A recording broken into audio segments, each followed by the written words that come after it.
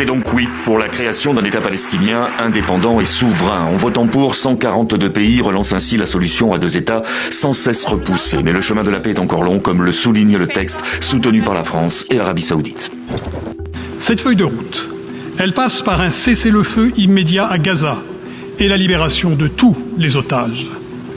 Elle passe par l'établissement d'un État palestinien, viable et souverain.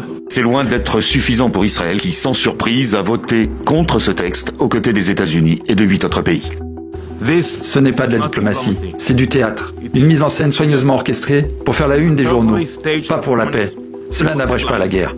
Et d'ajouter que cela n'affaiblit pas le Hamas, bien au contraire, mais le récompense. 48 heures avant le vote, alors qu'il signait un important projet de colonisation en Cisjordanie occupée, le Premier ministre israélien Benjamin Netanyahou se voulait particulièrement clair. Jamais il n'y aura d'État palestinien. C'est donc oui pour la création d'un État palestinien indépendant et souverain. Mais le grand problème, c'est l'injustice absolue du droit de veto accordé seulement à 5 pays sur 193 États représentés à l'ONU.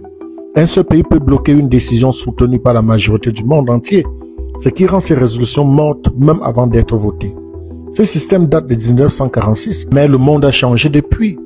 Aujourd'hui, il faudrait réformer en profondeur, élargir le nombre de pays disposant du veto, avec une répartition géographique plus juste qui inclurait l'Afrique, l'Amérique latine, l'Asie et le Moyen-Orient, et surtout rendre le veto collectif. Il faille au moins la moitié des voix des membres permanents pour bloquer une résolution, et non plus État isolé.